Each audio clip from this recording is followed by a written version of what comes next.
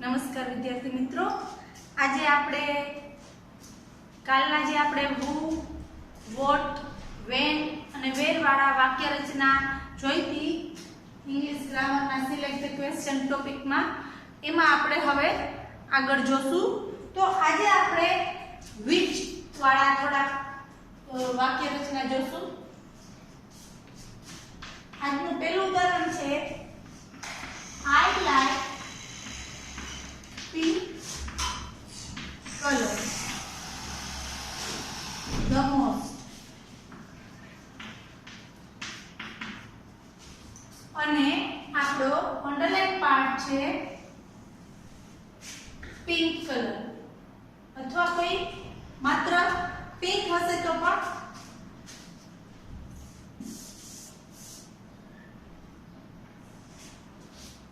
I like pink color the most. અને તમને underline part આપેલો છે પિંક. હવે જ્યારે મને ગુલાબી કલર સૌથી વધુ પસંદ છે, લાઈક એટલે પસંદ, મને ગુલાબી કલર સૌથી વધુ પસંદ છે. હવે આપણે જ્યારે પ્રશ્ન બનાવવાનું થશે અને એમાં પસંદગી આવતી હશે તો આપણે કયા ઇન્ટ્રોગેટિવ પ્રોનાઉનનો ઉપયોગ કરવાનો થશે? આપણે જે બધા જોયા હતા, who, what, when, where, why, which, how, how many, how much, એ બધામાં પસંદગી માટે કયો હતો? which. બરાબર? તો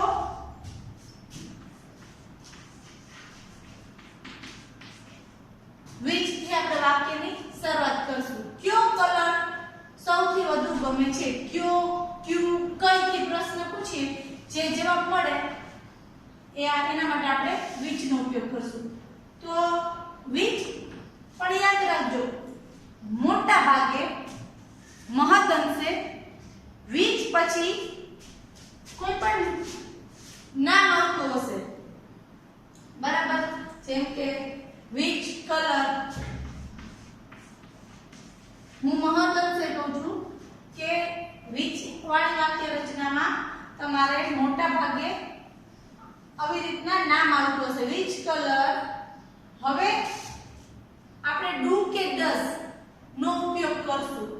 તો I સાથેનું કર્તા સાથે જે ક્રિયાપદ આપેલું છે એ મૂળ રૂપમાં છે. તમે જોઈ શકો છો STES લાગેલો નથી, કારણ કે I, we, you અને they સાથે જે ક્રિયાપદ વપરાય છે એ હંમેશા મૂળ રૂપમાં હોય છે. તો આપણે do અને does એ બેમાંથી શેનો ઉપયોગ કરશું? do no. which color do you like the most?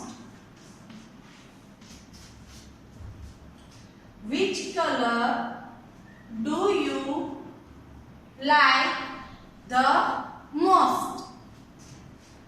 બીજું એક ઉદાહરણ જોઈશું. Sneha drives a Maruti car. અને આપણો અંડરલાઈન પાર્ટ છે મારુતિ. બરાબર? સ્નેહા મારુતિ કાર ચલાવે છે. તો સ્નેહા કઈ કાર ચલાવે છે? મારુતિ. બરાબર? તો આપણે કયા ઇન્ટ્રોગેટિવ પ્રોનાઉન નો ઉપયોગ કરશું? which નો ઉપયોગ કરશું. એટલે વાક્યની શરૂઆત આપણે કેવી રીતે થશે? which. ત્યારબાદ મેં કીધું એમ કે who, what, when, where ની વાક્ય રચના જોઈ આપણે, તો એમાં અલગ અલગ જોયું કે when પછી હંમેશા do કે does લખતા હતા, where પછી હંમેશા do કે does આવતું હતું, પરંતુ આમાં which પછી મહદઅંશે કેનો ઉપયોગ આવે? મહદઅંશે શું આવશે? કોઈ પણ નામ આવતું હશે. તો which પછી આપણે શું લેશું આમાં? Car. which car. which car આપણું ક્રિયાપદ drives છે, એટલે કે ડ્રાઈવ એટલે ચલાવવું, એમાં s કે es લાગેલો છે. તો આપણે ડુ કે ડઝ બેમાંથી શેનો ઉપયોગ કરશું? સરસ, ડઝ નો ઉપયોગ કરશું. which car does કરતા કોણ છે? સ્નેહા. અને ડ્રાઇવ્સ માં આપણે એસ લગાડશું કે નહીં લગાડીએ? નહીં લગાવીએ, કારણ કે આપણે ડઝ આપી દીધું, પછી હંમેશા મૂળ રૂપ આવશે પ્રશ્નાર્થ. તો આપણી which ની વાક્ય રચના કેવી રીતે થઈ?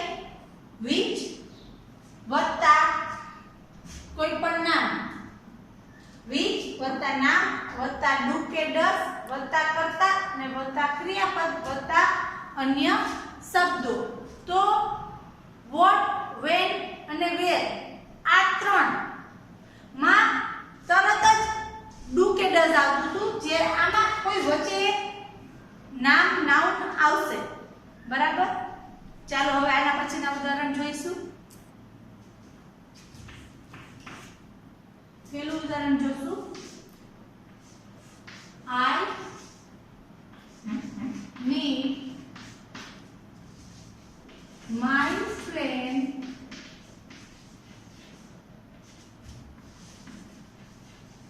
every week. I meet my friend every week. અને અંડરલાઈન પાર્ટ છે આપણો my friend. હું મારી ફ્રેન્ડ ને દર અઠવાડિયે મળું છું. બરાબર? એ આઈ કરતા, મીટ ક્રિયાપદ, માય ફ્રેન્ડ કર્મ અને અધર વર્ડ્સ અન્ય શબ્દો. તો આપણું જ્યારે કોઈ પણ સજીવ વ્યક્તિ કર્મ સ્થાને હોય, જો યાદ રાખજો કર્તા સ્થાને હતું ત્યારે આપણે હું થી પ્રશ્ન બનાવ્યો હતો. શરૂઆતમાં જ આપણે જોયું હતું કે કોઈ પણ નામ નીચે અંડરલાઈન હોય, કર્તાના સ્થાને જો અંડરલાઈન હોય તો હું થી પ્રશ્ન બનશે. પરંતુ અહીં હું કોને મળી હતી, કોનેથી પ્રશ્ન પૂછતા જે જવાબ મળે છે એના માટે આપણે whom નો ઉપયોગ કરશું. તો આપણે શરૂઆત થશે whom. હવે ડુ કે ડઝ નો આપણે ઉપયોગ કરવાનો છે. અહીં આઈ પછી જે ક્રિયાપદ આપેલું છે એ મૂળ રૂપમાં જ છે, એટલે કે એમાં એસ કે એસ કોઈ પ્રત્યય લાગેલો નથી. તો આપણે ડુ કે ડઝ બેમાંથી શેનો ઉપયોગ કરશું? ડુ નો. હવે તો આવડી જ જાય ને, એટલે આપણે વાક્ય રચના જોઈ હોય તો હવે તો ખબર પડી જ જાય કે જો આમાં એસ કે એસ ન આપ્યો હોય તો આપણે શું લખશું? ખાલી ડુ. બરાબર?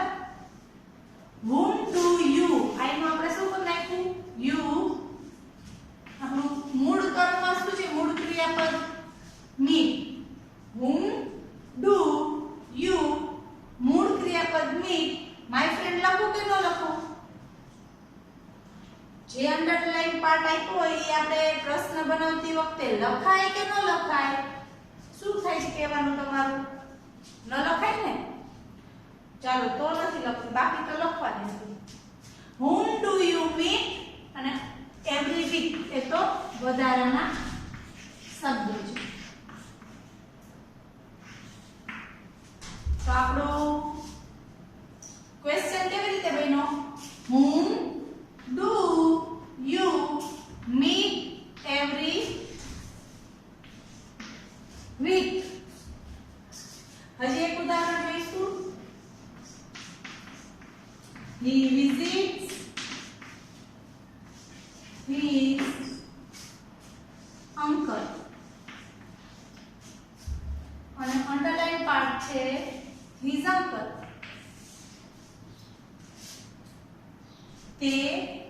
તેના કાકાને તેણે તેના કાકાની મુલાકાત લીધી. તો આપણો પ્રશ્ન શું બનાવશું? તેણે કોની મુલાકાત લીધી? એના કાકાની. તો કર્મ સ્થાને છે આપણો he, કર્તા એસ વી અને his uncle ઓ. જ્યારે કોઈ વ્યક્તિ કર્મના સ્થાને હોય, કર્મ ઉપર જો હજી હું ભાર દઉં છું, યાદ રાખજો કર્તાના સ્થાને હોય તો who, કર્મના સ્થાને હોય તો whom.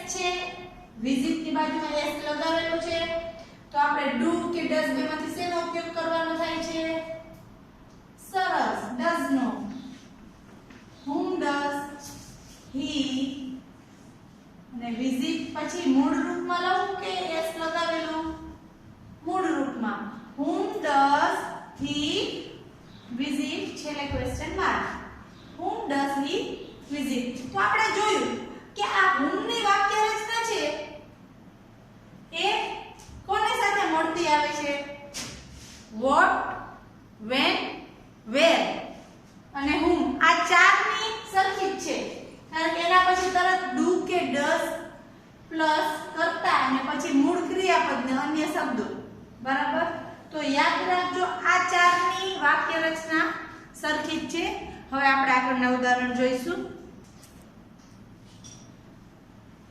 આપણે એક ઉદાહરણ જોઈશું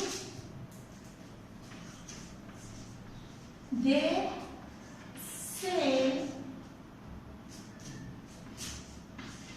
20 kgs for kilogram they sell 20 kilogram of sugar a day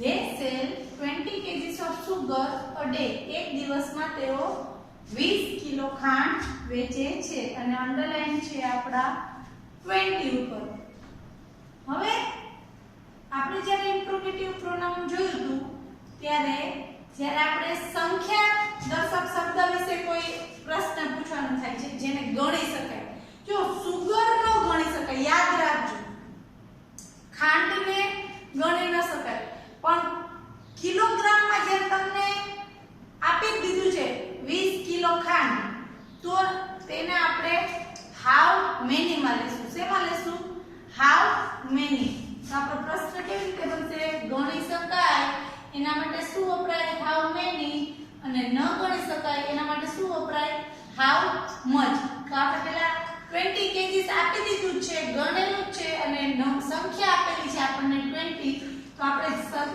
જવાબની શરૂઆત કરશું હાઉ મેની હાઉ મેની પછી હંમેશા કોઈ પણ બહુવચનનું નામ આપણું જે હશે એ આવશે જેમ કે હાઉ મેની આપણે 20 જવાબની ખબર છે એ નહીં લેવાનો કેજીસ ઓફ સુગર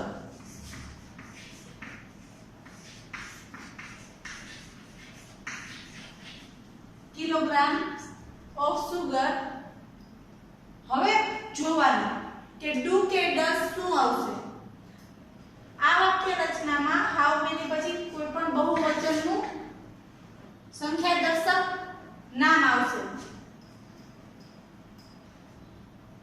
હવે આપણે અહીં કર્તા જે છે અને જે ક્રિયાપદ આપેલું છે એ મૂળ રૂપમાં છે એટલે કે એમાં s કે es લગાવેલું નથી તો આપણે ડુ કે ડઝ બેમાંથી શું લેશું ડુ લેશું ને how many kgs of sugar do they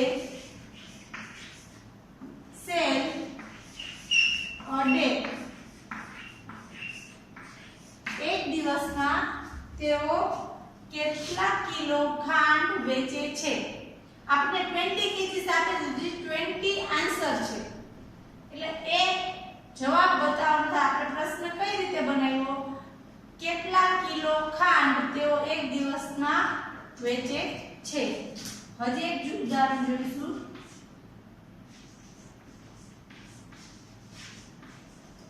My father gives me 100 rupees. My father give me 100 rupees. અને અંડરલાઈન પાર્ટ છે 100 જો રૂપીસ એટલે કે પૈસા એ તમને અહીં ફિગર આપી દીધું છે 100 રૂપિયા પિતાએ મને 100 રૂપિયા આપ્યા. તો રૂપીસમાં આપણને ફિક્સ એક સંખ્યા આપી દીધી છે, માટે આપણે એનો ક્યાંથી પ્રશ્ન બનાવશું? શેનાથી બનાવશું? How many. શેનાથી બનાવશું? How many. પછી જેમ મેં અહીં કીધું હતું કે હાઉ મેની પછી શું આવશે? કોઈ બહુવચન નામ, એટલે કે અહીં શું છે? રૂપીસ છે. How many rupees. હવે આપણું ક્રિયાપદ છે ગીવ, એમાં એસ કે એસ લાગેલો છે ને? આ જો એસ આપેલો છે, તો હું ડુ કે ડઝ બેમાંથી શું લઉં? ડઝ લઉં ને કે ડુ લઉં? તમે કયો એ લઈ લો, આપણે ખોટા અભિમાન ન રાખીએ. ડઝ એટલે ચાલો. How many rupees does your father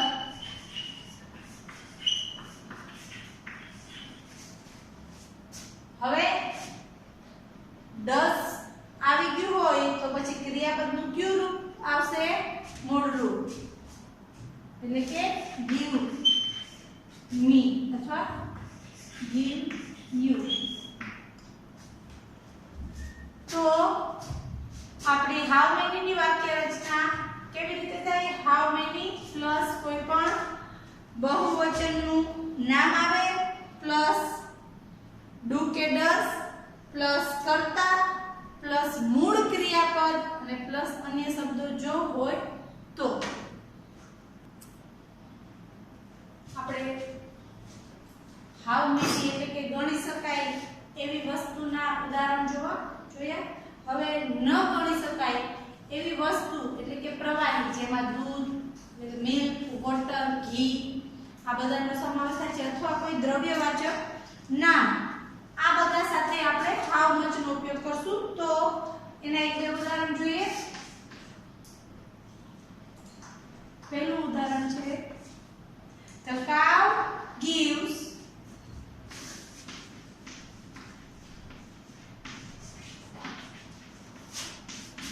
2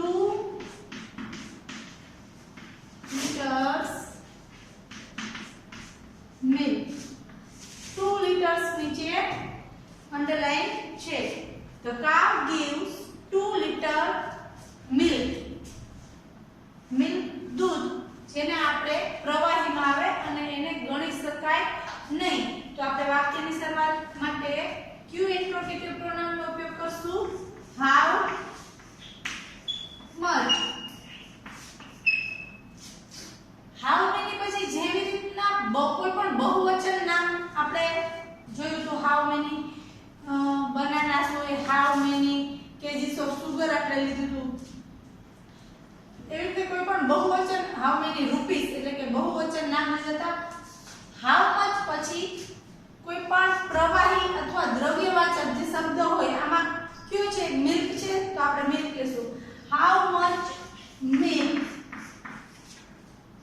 હવે આપણું ક્રિયાપદ give છે, જેમાં s લાગેલો છે, એટલે કે do કે does, એ બેમાંથી આપણે શેનો ઉપયોગ કરવાનો થશે?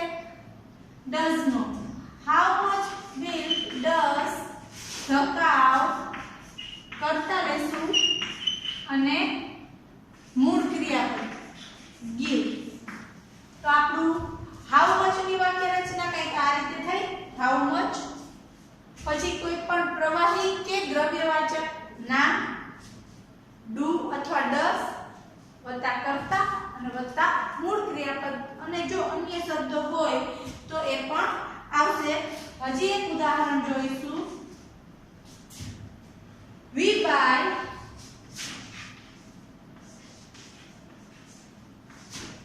1 kilo ghee. We buy 1 kilo ghee. અને આપણું અંડરલાઈન આપેલી છે 1 કિલો પર. હવે ઘી છે એ કાઉન્ટેબલ છે કે અનકાઉન્ટેબલ છે, જેમ કે ગણી શકાય કે ન ગણી શકાય? ઘી અનકાઉન્ટેબલ છે, જેને ગણી શકાતું નથી. તો આપણે વાક્યની શરૂઆત હાઉ કરશું. હાઉ મચ, પછી મેં હમણાં જ કીધું એ રીતના કોઈ પણ પ્રવાહી અથવા દ્રવ્યવાચક નામ. અહીં શું આપેલું છે? ઘી. હાઉ મચ ઘી. હવે આપણું જે ક્રિયાપદ બાય આપેલું છે એ મૂળ રૂપમાં છે, એટલે કે એની બાજુમાં કોઈ એસ કે ઈએસ લગાવેલો નથી. એટલે હું ડુ કે ડઝ જેમાંથી શું લઈશ? ડુ લઈશ. હાઉ મચ ઘી ડુ વી, અને ક્રિયાપદનું મૂળ રૂપ બાય.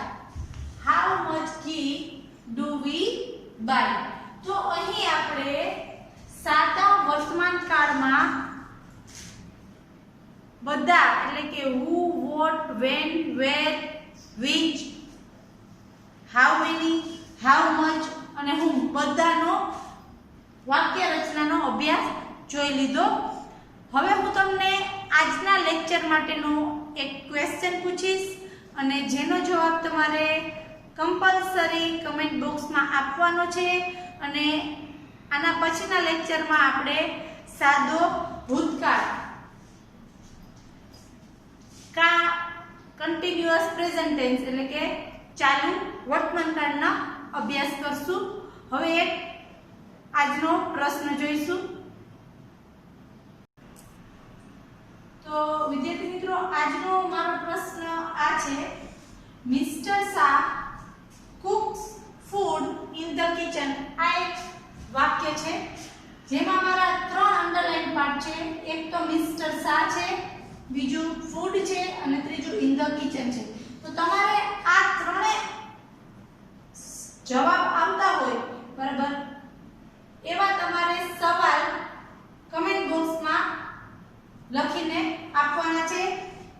મિસ્ટર શાહ જેનો જવાબ આવતો હોય એટલે કે જેનાથી બનતું હશે who, what, when, where, why, how much, how many, how much જે પણ આવતું હશે આજના લેક્ચરમાં જે શીખ્યા છે એમાંથી તમારે આ 3 ને લગતા 3 ટોટલ પ્રશ્ન જવાબ રૂપે કમેન્ટ બોક્સમાં આપવાના છે.